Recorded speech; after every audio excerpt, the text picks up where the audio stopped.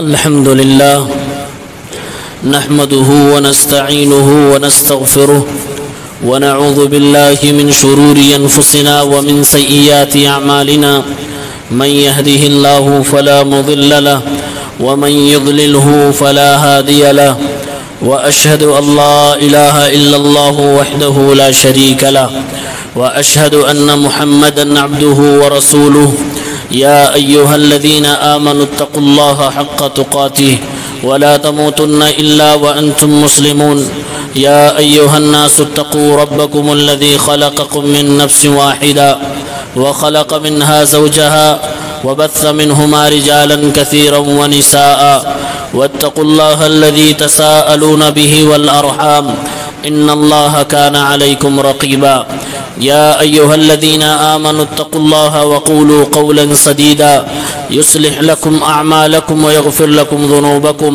ومن يطع الله ورسوله فقد فاز فوزا عظيما أما بعد فإن خير الحديث كتاب الله وخير الهدي هدي محمد صلى الله عليه وسلم وشر الأمور محدثاتها وكل محدثة بدعة وكل بدعة ضلالة وكل ضلالة في النار أعوذ بالله من الشيطان الرجيم بسم الله الرحمن الرحيم وأن لو استقاموا على الطريقة لأسقيناهم ماء غدقا۔ حاضرین جمعہ، اسلامی بھائیوں، پردہ نشین اسلامی ماں اور بہنوں،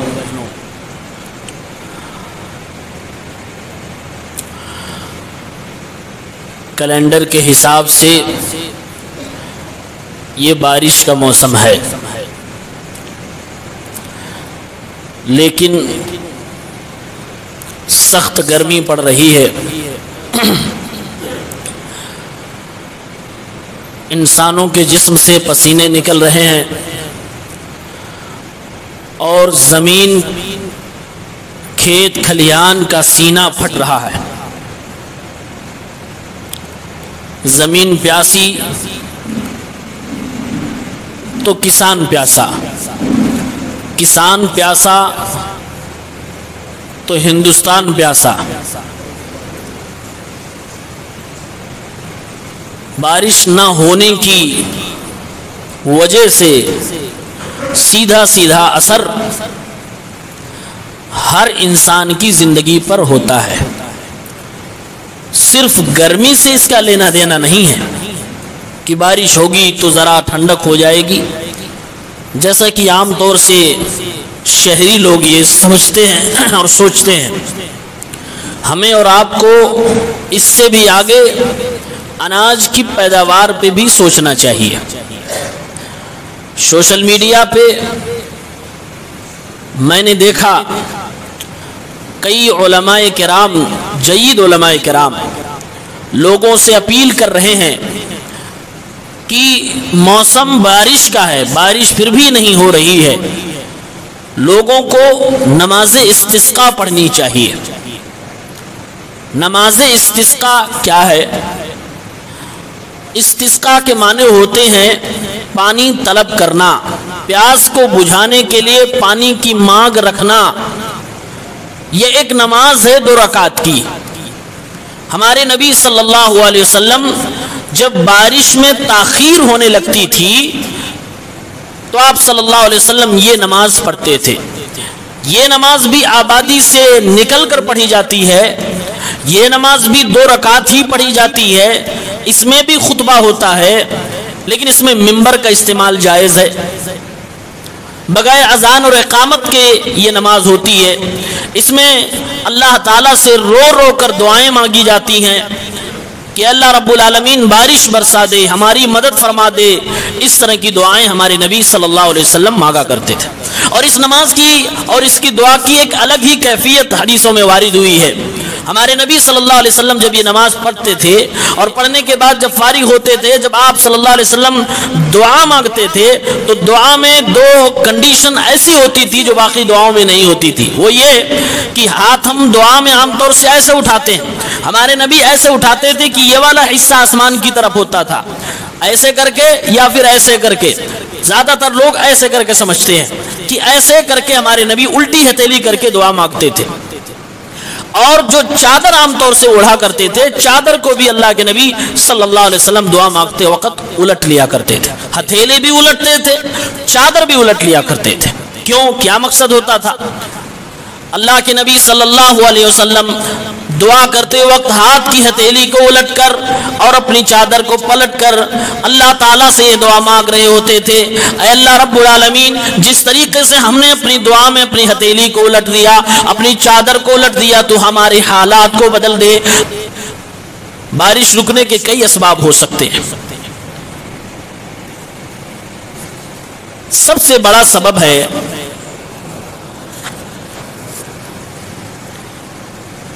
آدمی کا کبر و غرور میں مبتلا ہو جانا۔ ایک انسان جب گھمنڈ کرنے لگتا ہے تو گھمنڈ گویا کہ اللہ تعالیٰ کی کبریائی کو ایک چیلنج ہے، پھر رب العالمین اپنی بڑی نعمتوں کو روک لیتا ہے۔ اسی لیے ہمارے نبی صلی اللہ علیہ وسلم فرماتے ہیں جس کے دل میں رائی کے دانے کے برابر بھی گھمنڈ ہوگا وہ جنت میں نہیں جا سکتا ہے۔ اسی لیے قرآن کی آیت جب ہم پڑھتے ہیں، قرآن کی آیت بتلاتی ہے کہ دعا ہر انسان مانگتا اور مانگنا چاہتا ہے، سوائے ایک کے، گھمنڈی انسان دعا بھی نہیں مانگتا ہے۔ فرمایا اللہ رب العالمین ادعونی استجب لکم، مجھ سے دعا کرو میں تمہاری دعاؤں کا جواب دوں گا، قبول کروں گا۔ ان الذین یستکبرون عن عبادتی سیدخلون جہنم داخرین، جو لوگ مجھ سے دعا کرنے کے معاملے میں گھمنڈ کو اختیار کرتے ہیں اور گھمنڈی بن جاتے ہیں، دعا نہیں کرتے ہیں، ایسے لوگ جہنم میں جائیں گے۔ تو گھمنڈی شخص دعا بھی جلدی نہیں کرتا ہے، اس کے ہاتھ ہی نہیں اٹھتے ہیں، وہ اپنی نشے میں چور ہوتا ہے۔ تو آدمی جب کبر و غرور کا شکار ہو جاتا ہے تو رب العالمین اپنی رحمت کو روک لیتا ہے۔ اسی لیے بارش کے لیے جو نماز مشروع قرار دی گئی، اس نماز میں جانے کے لیے کیفیت اللہ کے نبی صلی اللہ علیہ وسلم نے اپنی امت کو سکھلائی۔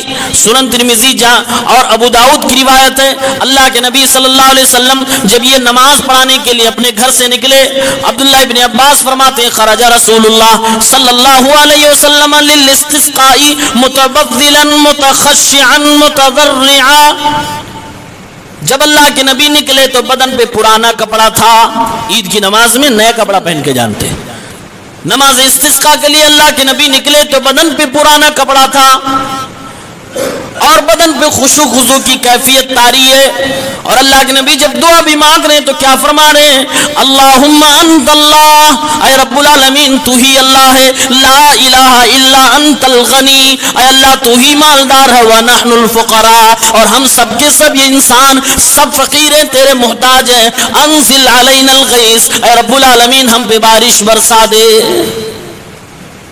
اس نماز کی ایک خاص کیفیت ہے، انسان پرانا کپڑا پہن کر یہ ظاہر کرے کہ اللہ محتاج ہے، انسان اپنے جسم کی چال ڈھال سے بھی ظاہر کرے کہ ہم اللہ کے سامنے کچھ بھی نہیں، اپنی زبان سے جو دعائیں مانگے اس دعا میں بھی یہ ظاہر کرے اے اللہ رب العالمین ہم تیرے سامنے کچھ نہیں ہے۔ یعنی اللہ تعالیٰ اپنے بندوں کو سبق سکھانا چاہتا ہے جو گھمنڈ کے نشے میں چور تھے، تمہارا گھمنڈ ٹوٹ جانا چاہیے، تبھی ہماری نعمت تمہارے اوپر دوبارہ واپس آئے گی۔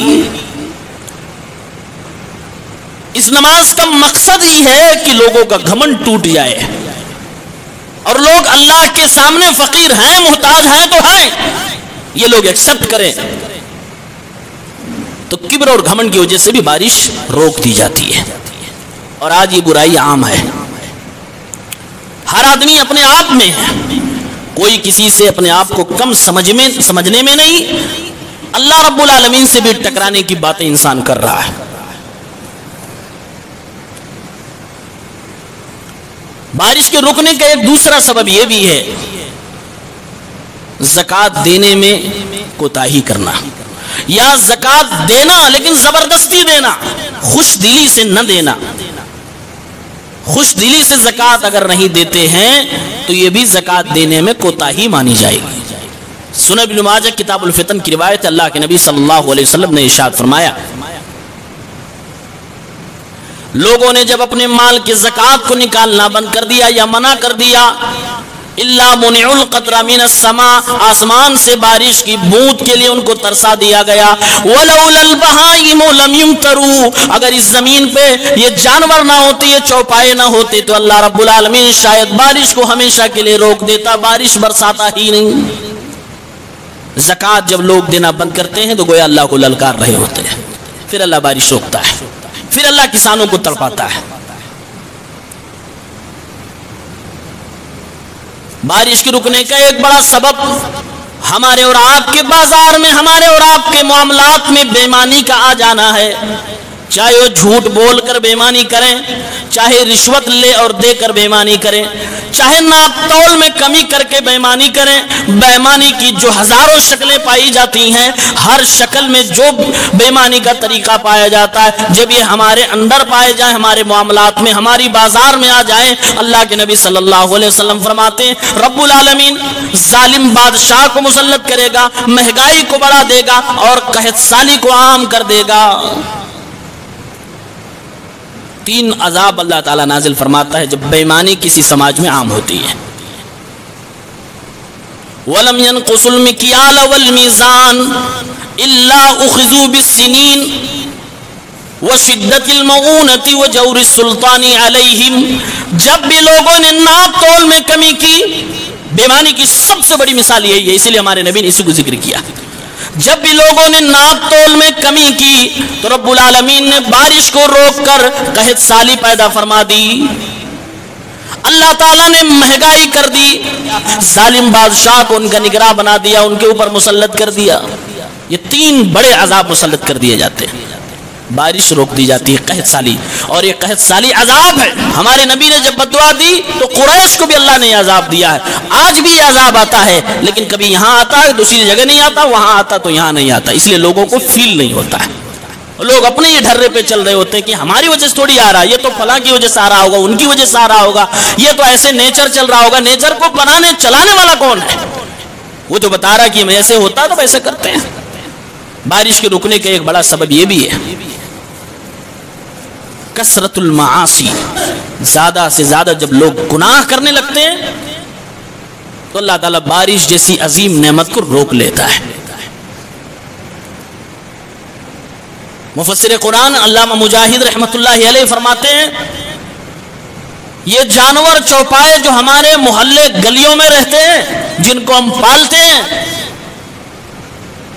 کہ جب ہمارے گناہ بڑھتے ہیں ہمارے گھروں کے اندر، ہمارے چوراہوں پہ، ہماری گلیوں میں، تو یہ جانور اللہ تعالیٰ سے بددعا کرتے ہیں، لعنت برساتے ہیں۔ اے رب العالمین، یہ انسان جس کے اوپر تو نے اسلام نازل کیا، شریعت نازل کی، شریعت کا مکلف بنایا ہے، یہ کھلے عام تیری نافرمانی کر رہا ہے اور تجھے ناراض کر رہا ہے۔ اے رب العالمین، یہ جو کچھ زمین پہ عذاب نازل ہو رہا ہے، ہم پیاسے مر رہے ہیں، ھذا بشؤم معصیتی ابن آدم، یہ ابن آدم کی نافرمانی کی نحوست ہے جس کو ہم بھی جھیل رہے ہیں۔ فرماتے ہیں کہ وہ جانور اور چوپائے لعنت برساتے ہیں آدم کی اولاد پر جب وہ گناہ کرتا ہے۔ اور آپ دیکھیے بارش نہیں ہو رہی ہے، کتنے ایسے جانور پیاسے مرتے ہیں، پرندے چرندے، زمین پہ چلنے والے، اڑنے والے، یہ سب پیاسے مر جاتے ہیں۔ یحییٰ ابن معاذ رحمہ اللہ نے فرمایا کہ انسان پوری زندگی مال کماتا ہے، اذا مات ابن آدم، جب آدم کی اولاد انتقال کر جاتی ہے، جب ہم اور آپ مر جاتے ہیں، اصیب بمصیبتین، تو 2 مصیبتیں ہم کو اس وقت ملتی ہیں۔ کون سی؟ مصیبت نمبر 1، یترک المال کلہ، جو کچھ پوری زندگی کمایا ہے حلال حرام ذریعے سے سب کو چھوڑ کے جانا ہے، یہ پہلی مصیبت۔ وَيُحَاسَبُ عَلَى الْمَالِ كُلِّهِ، اور دوسری مصیبت یہ ہے کہ سارے کا اس کو حساب بھی دینا ہے، چھوڑنا سب کچھ ہے، جو چھوڑ کے آ رہا ہے اسی کا حساب دینا ہے۔ 2 مصیبت ہے، اور اسی کے لیے آدمی یہاں زمین پر سب کچھ کر رہا ہے، حلال حرام کی تمیز نہیں ہے، اور اگر آیا بھی ہے تو زکوٰۃ بھی دینے کو تیار نہیں ہے، دے بھی رہا تو خوش دلی سے نہیں دے رہا ہے، جیسے لگ رہا ہے کسی کے اوپر احسان کر رہا ہے۔ یہ سارے اسباب ہو سکتے ہیں، پتہ نہیں کون سے گناہ کی وجہ سے اللہ تعالیٰ ہم سے ناراض ہے۔ یہ نماز استسقاء یہ انسان کو دعوت دیتی ہے کہ تم اپنے گناہوں سے توبہ کرو، تمہارے پاپ کا گھڑا بڑھ چکا ہے۔ اللہ کی ناراضگی کا ایک ذریعہ ہے۔ اللہ بتلا رہا ہے کہ میرے بندوں میں تم سے ناراض ہوں۔ اب ایسے میں جب کسی نے آ کر شکایت کی ہمارے نبی صلی اللہ علیہ وسلم سے، تو ہمارے نبی صلی اللہ علیہ وسلم صحابہ سے کہتے تھے، صحابہ منبر لگاؤ، اس کھلی میدان میں جگہ میں صحابہ لگاتے، اللہ کے نبی جاتے پرانا کپڑا پہن کر، اور آپ صلی اللہ علیہ وسلم نماز پڑھاتے، اس کے بعد خوب روتے اور دعائیں کرتے، ہمارے نبی کی دعا قبول ہوتی، بارش ہو جاتی تھی۔ یہ مقصد ہوتا تھا کہ سارے کے سارے لوگ توبہ کریں، سب لوگ اپنے گناہوں کے لیے اللہ رب العالمین سے روئیں کہ اللہ غلطی ہو گئی معاف فرما دی، تیرے ہی بندے ہیں، ہم فقیر ہیں، تو غنی ہے، ہم محتاج ہیں، تو مالدار ہے، اے رب العالمین تو اس نعمت سے، اس رحمت سے ہم کو مایوس نہ کر، محروم نہ کر۔ یہ بارش بہت بڑی نعمت ہے۔ صحیح بخاری کی ایک حدیث ہے 1014 نمبر پر،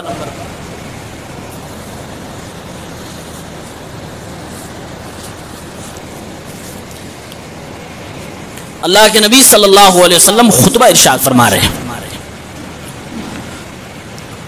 ایک آدمی دوڑتا ہوا دارالقضاء کے سامنے سے آیا۔ مسجد نبوی آپ دیکھیں گے، مسجد نبوی میں قبلہ کس طرف؟ ساؤتھ کی طرف۔ کس طرف؟ جنوب کی طرف، ساؤتھ کی طرف، کیونکہ وہاں سے مکہ ساؤتھ کی طرف پڑتا، تو قبلہ ساؤتھ کی طرف، یعنی سامنے شمال پڑے گا، نارتھ پڑے گا۔ اللہ کے نبی صلی اللہ علیہ وسلم خطبہ دے رہے ہیں۔ دارالقضاء حضرت عمر رضی اللہ تعالیٰ عنہ کے گھر کو کہا گیا حدیث پاک میں۔ کیوں؟ شارحین نے لکھا اس لیے کہ حضرت عمر رضی اللہ تعالیٰ عنہ جب چلے گئے، دنیا سے وفات پا گئے، تو ان کے اوپر جو قرضہ تھا ادا کرنے کے لیے ان کا گھر بیچنا پڑا تھا، اس لیے اس گھر کا نام دارالقضاء رکھ دیا گیا۔ آپ ذرا سوچئے، اتنی بڑی سلطنت کا مالک، جس نے اتنے ملک فتح کر لیے کہ آج تک دشمن اسے گالی دے رہے ہیں، وہ آدمی دنیا سے گیا تو قرضے لے کر گیا، اور اس کے قرضے ادا کرنے کے لیے گھر کو بھی بکنا پڑا ہے، اور بعد میں وہ گھر مسجد نبوی کا حصہ بن گیا۔ آج مسجد نبوی کا وہ گھر حصہ ہے۔ اگر مسجد نبوی میں جائیں گے تو آپ کو پتا چلے گا، عام طور پہ آج کل جہاں زمزم کے پانی کے ڈبے رکھے ہوتے ہیں، اندر جو ہب بنا ہوا جہاں سے زمزم کا پانی ڈسٹریبیوٹ ہوتا ہے، اس دروازے کو باب عمر لوگ کہتے ہیں یہی حضرت عمر رضی اللہ تعالیٰ عنہ کا گھر تھا۔ وہیں سے ایک آدمی داخل ہوا، اللہ کے نبی منبر رسول پر خطبہ دے رہے ہیں، داخل ہوتے ہوئی حدیث کے الفاظ صحیح بخاری کے الفاظ ہیں، وہ آدمی داخل ہوا اور سیدھے اللہ کے نبی صلی اللہ علیہ وسلم کے سامنے آ گیا۔ اللہ کے نبی صلی اللہ علیہ وسلم کے سامنے کھڑا ہو کر کہنے لگا، ہلکت الاموال وانقطعت السبل یا رسول اللہ، اے اللہ کے نبی جانور ہلاک و برباد ہونے لگے ہیں، اے اللہ کے نبی راستے بند ہو گئے، اب اونٹوں میں یہ طاقت نہیں کہ وہ ہم لوگوں کو اور ہمارے سامان کو لے کر چل سکیں، اے اللہ کے نبی بارش رک چکی ہے، ہمارے جانور پریشان ہو گئے، ہم لوگ پریشان ہو گئے، سب کچھ نقصان ہونے والا، فادعوا اللہ یغیثنا، اللہ سے دعا کر دیجیے اللہ تعالی ہماری مدد فرما دے، اللہ تعالی ہم پر بارش برسا دے۔ بخاری کے الفاظ ہیں، فرفع رسول اللہ یدی، اللہ کے نبی صلی اللہ علیہ وسلم نے اپنے دونوں ہاتھ اٹھائے اور اللہ سے دعا فرمائی، اللہم اغثنا اللہم اغثنا اللہم اغثنا، اے اللہ ہم پر بارش برسا، اے اللہ ہم پر بارش برسا، اے اللہ ہم پر بارش برسا۔ 3 بار آپ نے یہ دعا فرمائی۔ شارح کہتے ہیں خطبہ دیتے وقت دعا کرنے کے ٹائم خطیب کو اجازت نہیں ہے کہ دونوں ہاتھ اٹھا کر دعا کر لیں۔ جو یہاں ہم لوگ خطبہ دیتے ہیں اس کے بھی اصول و ضابطے ہیں، اس کے لیے بھی پابندیاں ہیں کچھ۔ یہاں کھڑے ہو کر ہم دونوں ہاتھ اٹھا کر دعا نہیں کر سکتے اور نہ کروا سکتے ہیں آپ کو، لیکن بارش کے لیے نبی پاک صلی اللہ علیہ وسلم کی سنت ہے کہ منبر رسول سے آپ دعا کر سکتے ہیں، دونوں ہاتھ اٹھا کے کر سکتے ہیں۔ یہ حدیث دلیل ہے اس کی۔ اس کے علاوہ منبر رسول سے دونوں ہاتھ اٹھا کر نبی نے کبھی نہیں دعا کی ہے. آپ نے دعا فرمائی, سامنے والے نے شکایت کی, آپ نے دعا فرمائی. حدیث کے راوی حضرت انس رضی اللہ تعالیٰ عنہ بیان فرماتے ہیں, ہم لوگ جب مسجد میں آئے تھے بڑی سخت دھوپ تھی, بادل دور دور تک کہیں نظر نہیں آتا تھا.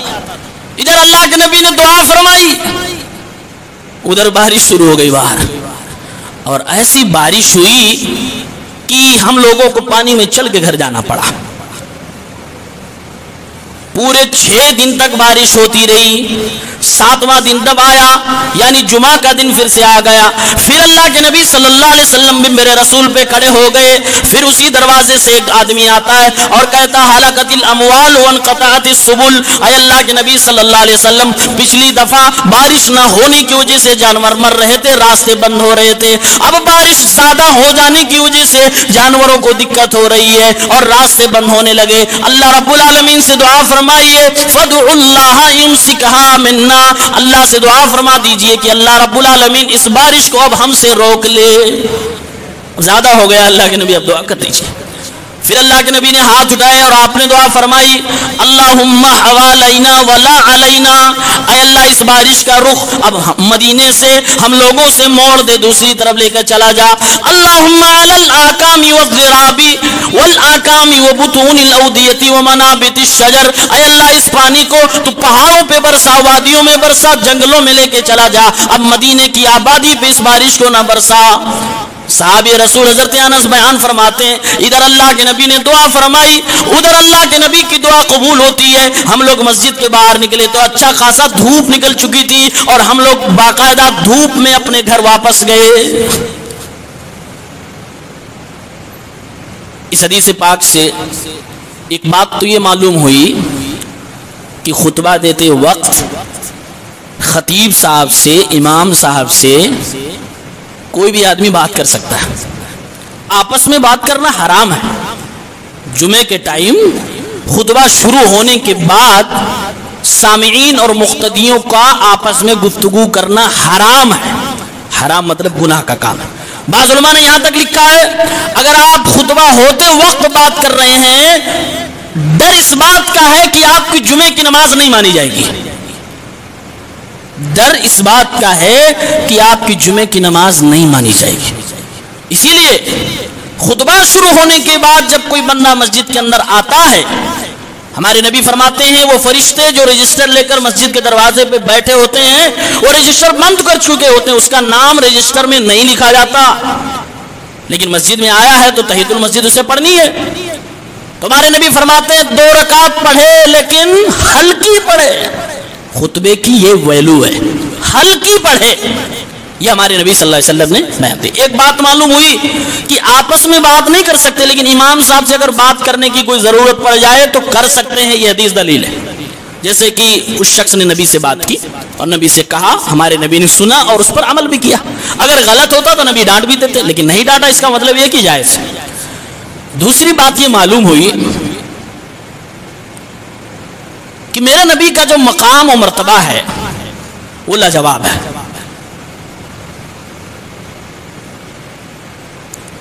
ادھر ہاتھ کیا اٹھائے, ادھر آسمان کا موسم بدل گیا. کیا رتبہ اللہ رب العالمین نے نبی پاک کو دیا ہے. کتنا رب العالمین اپنے نبی کو چاہتا ہے آپ اندازہ نہیں کر سکتے. پتا ہے عرش اور زمین کی دوری کتنی, آج تک کوئی ماپ نہیں سکا ہے.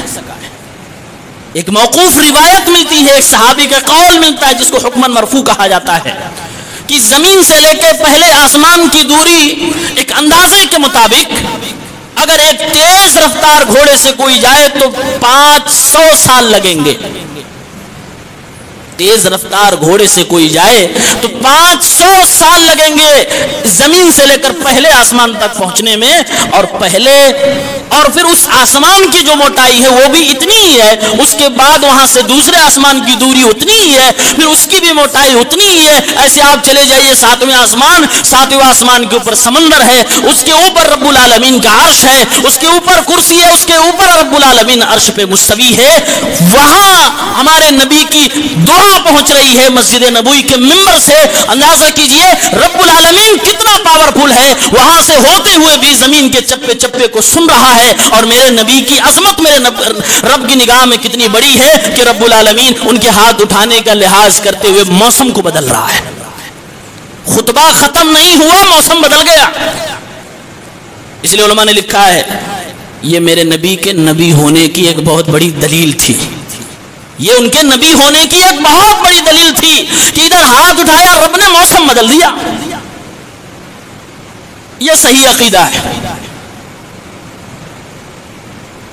اسی چیز کو بدعقیدہ کیسے بیان کرے گا؟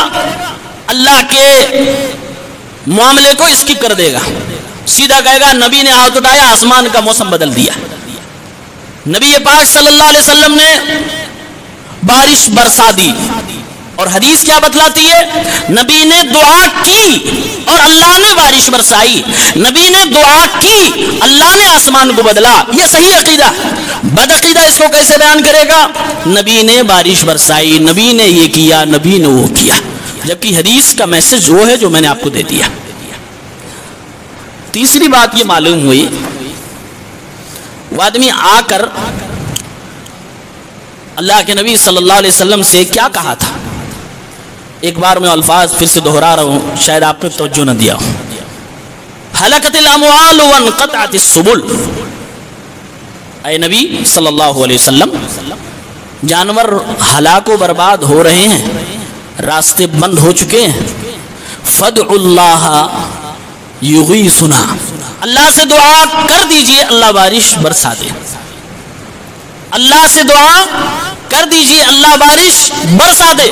اور دوسری بار جب آیا تو اس نے یہی بات کہی، جانور ہلاک ہو رہے، راستے بند ہو رہے، اللہ سے دعا کر دیجئے وہ بارش کو ہم سے روک دے۔ دونوں بار اس آدمی نے نبی سے کیا کہا؟ اللہ سے دعا کر دیجئے، اللہ سے دعا کر دیجئے، اللہ سے دعا کر دیجئے۔ یہی توحید ہے۔ بدعقیدہ یہاں پر ڈنڈی مارے گا اور کہے گا سامنے والے نے کہا نبی بارش برسا دیجئے، نبی بارش روک دیجئے، اور نبی نے کر دیا۔ یہ بدعقیدگی ہے جس کو ہم شرک کہتے ہیں، اور جو میں نے بیان کیا حدیث کی روشنی میں سے بخاری 1014 میں، وہ توحید ہے۔ یہاں ایک مسئلہ ثابت ہوا کہ ایسا شخص جس کے ظاہر میں یہ دکھ رہا ہے کہ یہ متقی ہے، نیک ہے، پرہیزگار ہے، بھائی اندر کے حالات اللہ کے سوا کوئی نہیں جانتا، لیکن جس کا ظاہر تقوی پرہیزگاری کا دکھ رہا ہے، وہ زندہ ہے، وہ آپ کے سامنے ہے، آپ کی آواز اس تک پہنچ رہی ہے، تو آپ اس سے کہہ دیجئے کہ ہمارے لیے آپ دعا کر دیجئے۔ یہ جائز وسیلہ ہے، جو ہم اہل حدیث کہتے ہیں 3 طرح کا وسیلہ جائز ہے، ان میں سے ایک یہ ہے جس کی دلیل یہ حدیث پاک ہے۔ کیا ہے؟ کہ کوئی بھی انسان جو ظاہراً نیک آپ کو لگتا ہو، وہ زندہ ہے، وہ حاضر ہے، آپ کی بات اس تک پہنچ رہی ہے، وہ آپ کو سن سکتا ہے، جواب دے سکتا ہے، آپ اس سے کہہ دیجئے کہ آپ میرے لیے دعا کریے اللہ رب العالمین سے۔ یہ وسیلہ ہے اور یہ جائز وسیلہ ہے، اس وسیلے کو ہم اہل حدیث مانتے ہیں، ان 3 وسیلوں میں سے گنتے ہیں جس کو ہم شریعت کی روح سے جائز سمجھتے ہیں، یہ بالکل جائز ہے۔ لیکن کیا اس آدمی نے یہ کہا کہ اے اللہ میں تجھ سے محمد الرسول اللہ صلی اللہ علیہ وسلم کے جاہ و منصب کے واسطے سے وسیلے سے دعا کر رہا ہوں کہ تو بارش برسا دے، اے اللہ میں محمد الرسول اللہ صلی اللہ علیہ وسلم کے جاہ و منصب کے وسیلے سے دعا کر رہا ہوں کہ تو بارش کو روک دے؟ اس آدمی نے ایسا کچھ نہیں کہا۔ اسی کو ہم لوگ کہتے ہیں شرک ہے۔ یہ کسی کے بھی جاہ منصب اور حیثیت کا وسیلہ دے کر رب العالمین سے دعا کرنا، وہ چاہے زندہ ہو یا مردہ ہو، یہ شرک ہے۔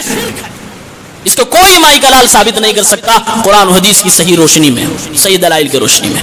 یہ شرک ہے، یہ باریک فرق ہے جو آپ کے سامنے میں بیان کر رہا ہوں۔ اس حدیث پاک میں صحیح عقیدہ بیان کیا گیا اور صحیح عقیدہ میں نے آپ کے سامنے رکھ دیا۔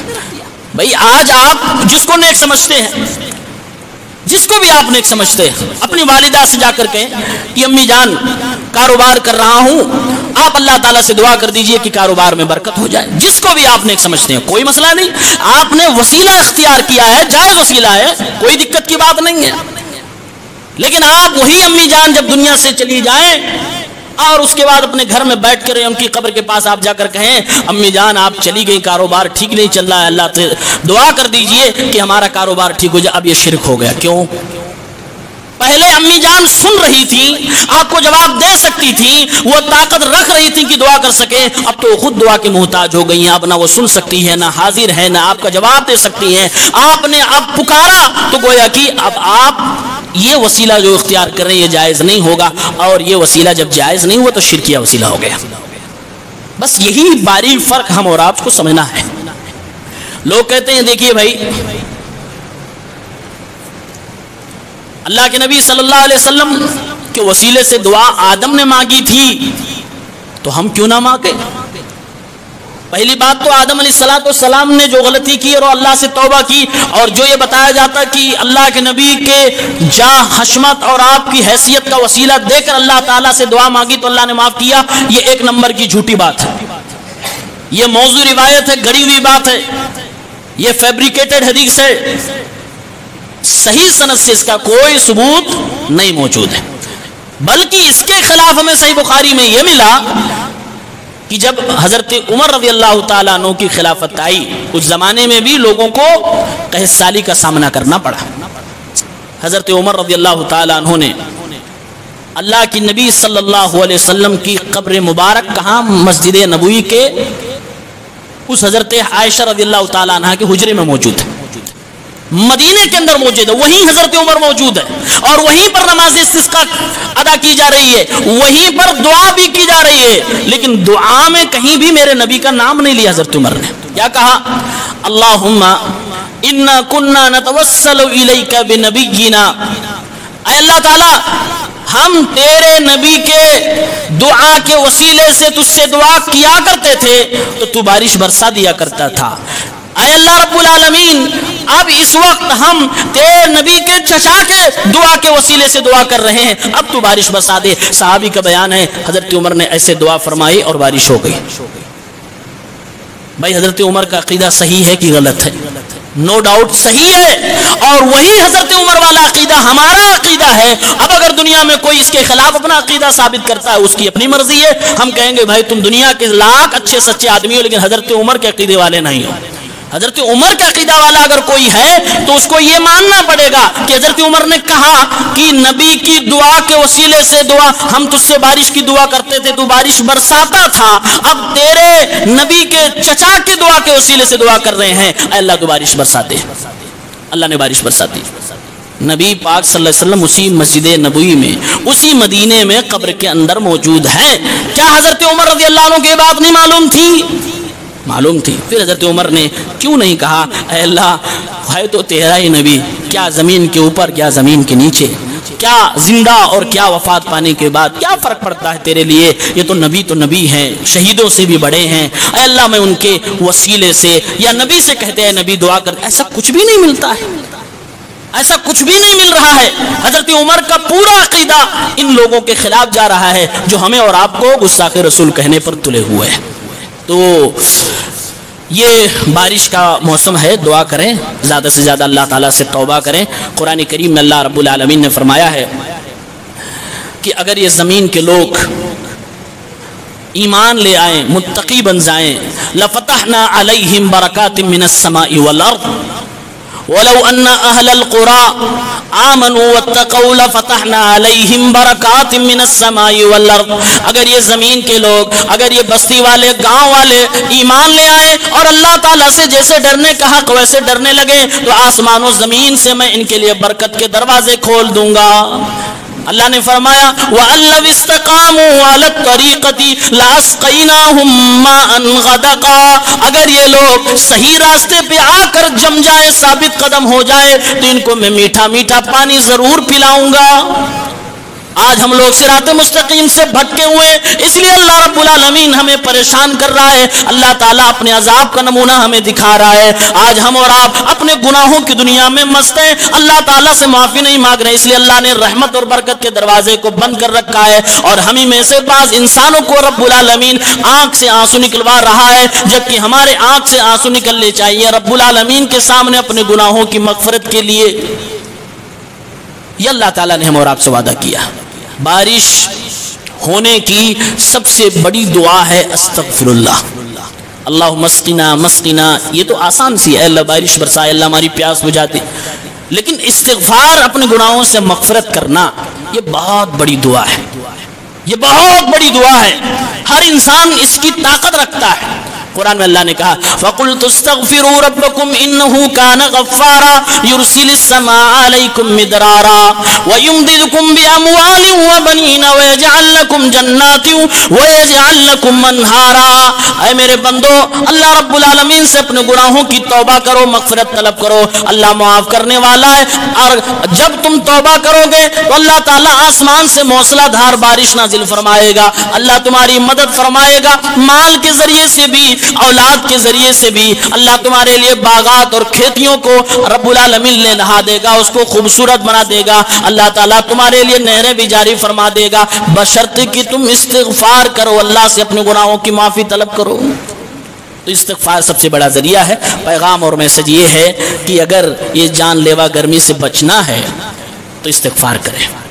قرآن کی ایک آیت کا ٹکڑا ہے کہ جہنم کی گرمی بہت بھیانک گرمی ہے، کئی گنا زیادہ گرمی ہے. اگر یہ نہیں برداشت ہو رہی ہے تو وہ برداشت نہیں کر پائیں گے، سوال ہی نہیں ہے. لہذا وقت سے پہلے اپنے گناہوں کی مغفرت اللہ رب العالمین سے طلب کریں، اور دنیا میں رہتے ہوئے اپنے آپ کو اتنا نیک اور متقی ضرور بنائیں کہ رب العالمین کی نعمتیں ہم سے روٹھنے نہ پائیں. اللہ تعالیٰ اگر نعمت دے دے تو رب العالمین نعمت چھینے نہ، یہ ہمارے اور آپ کی کوشش ہونی چاہیے. اللہ رب العالمین ہم سے اگر ناراض ہے تو رب کو راضی کرنے کی کوشش ہونی چاہیے. رب العالمین ہم سب پر رحم فرمائے. ہم سب اللہ تعالیٰ کے محتاج اور فقیر بندے ہیں. اللہ تعالیٰ غنی ہے، مالدار ہے، وہ جو چاہے جیسا چاہے کرتا ہے. لیکن رب العالمین کے سامنے ہم اور آپ ہاتھ پھیلاتے ہیں کہ رب العالمین ہم سب کے حالات کو درست فرما دے. رب العالمین ہم سب کے لیے اپنی رحمتوں اور برکتوں کے دروازے کھول دے. کسانوں کو جو پریشانی لاحق ہے اللہ تعالیٰ اس کو دور فرما دے، بارش برسا دے. زمین میت ہو چکی ہے اس کو اللہ زندہ فرما دے. رب العالمین ہر پریشان حال کی پریشانی کو دور فرما دے. آمین یا رب العالمین.